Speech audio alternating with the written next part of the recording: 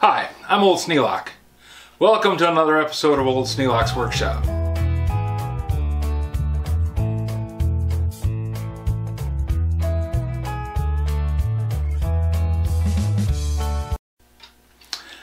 I've got a few minutes in between videos. I'm waiting for one to load into the computer so that I can clear out the program so I can edit another one. It takes 20 minutes to a half an hour, nothing I can do about it.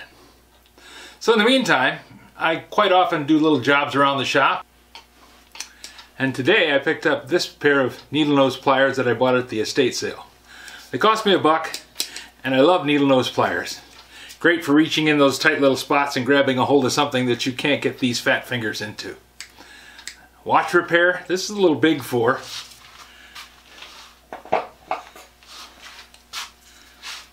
But these little guys, I use these quite a bit. And I find that the angled tips are even better. They're nice for reaching in and letting your hands stay out of the way so that you can see what the tips are doing. Otherwise, if I'm reaching in to grab a hold of something, this big fat hand is in the way and I can't see through it. You guys probably experienced that too watching the videos. Every once in a while, my hand gets in the way. Well, these angled needle nose pliers lets me reach down into something. Well, my view is here, not the back of my hand. In case you're wondering why I'm wearing black rubber gloves for doing these things, I cut my finger today. I was straightening out a piece of spring wire and hooked the spring right into my finger.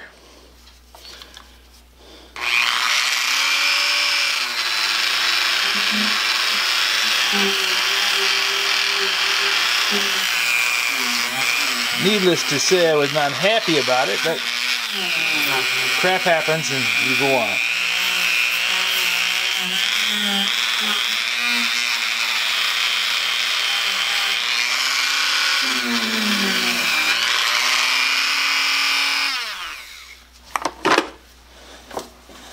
That Dremel tool is a bent spindle. That's why it rumbles so much.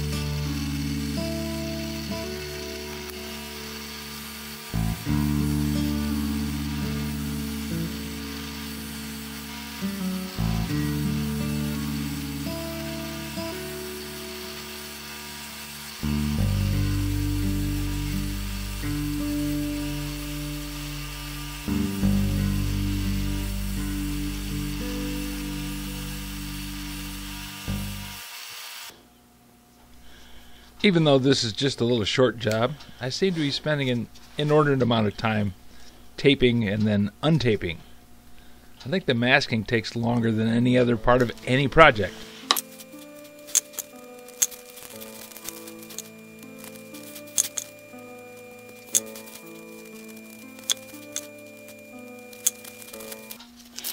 Now the yellow masking tape comes off much easier. And I don't see that the white masking tape is that much better to put up with all the crap that you have to go through to get it off again. Nice little slice in my finger there.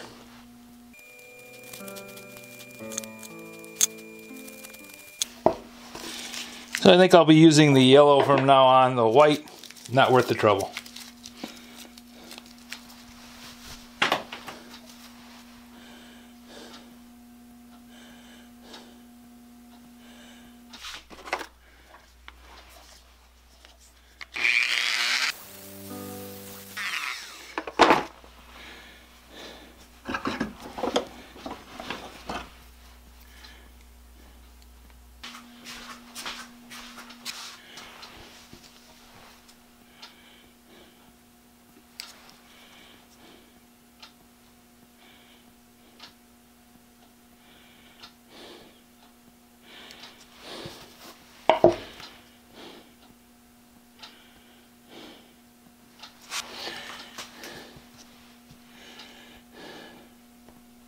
Both of them made in China. Both exactly the same.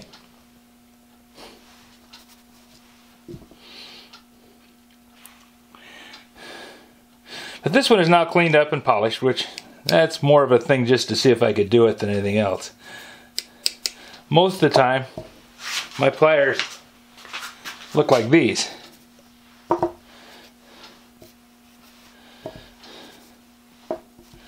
Very similar between this one and that one.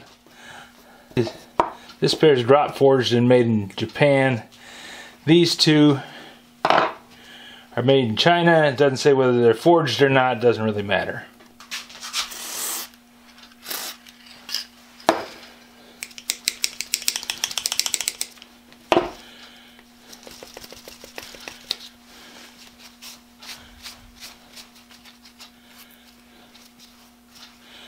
These both cost $1 a piece at the estate sale.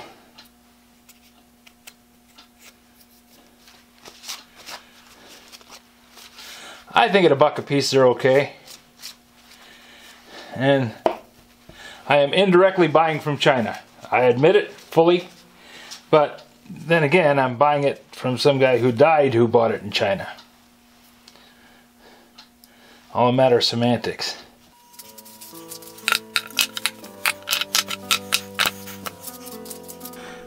I have a fair amount of needle nose pliers. It's because big fingers don't reach into small spaces so easily.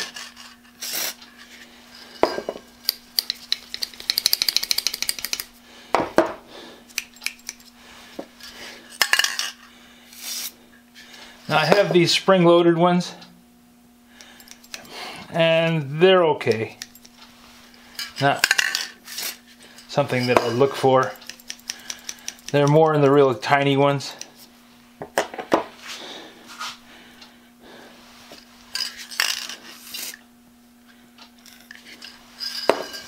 I think this leaf spring design is a little more robust.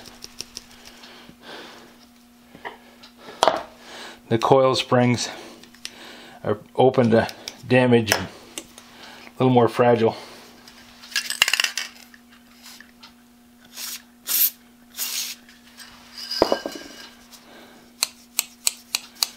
Now this is a older one, which is kind of a unique design. You can see that the jaw is actually captured inside each other.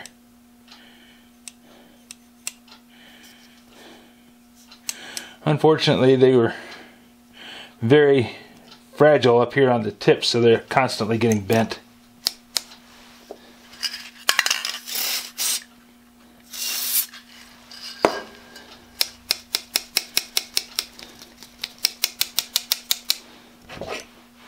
Just like these. These are constantly getting bent. The tips are always hooked over. I think somebody picked up something hot with them and ruined the temper.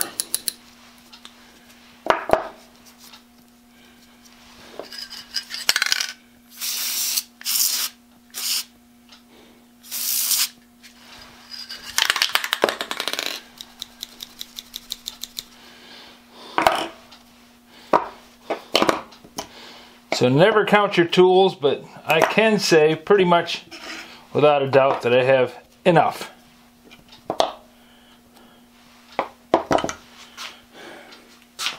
Some might say more than I need.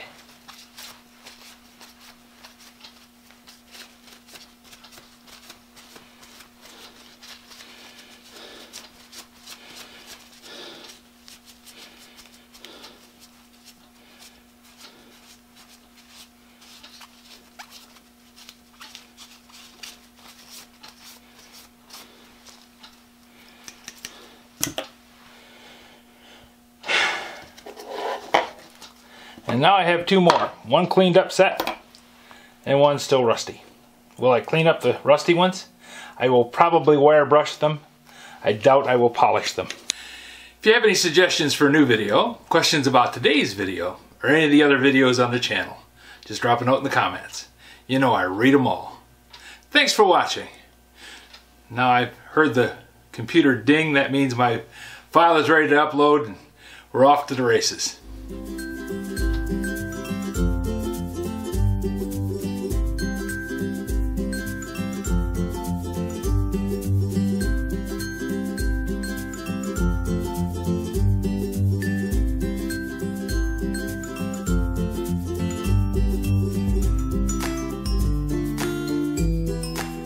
This video is not to be viewed by anyone under the age of 13 in the US or 16 in the European Union, without the express written permission of the parents or legal guardians of the underage person.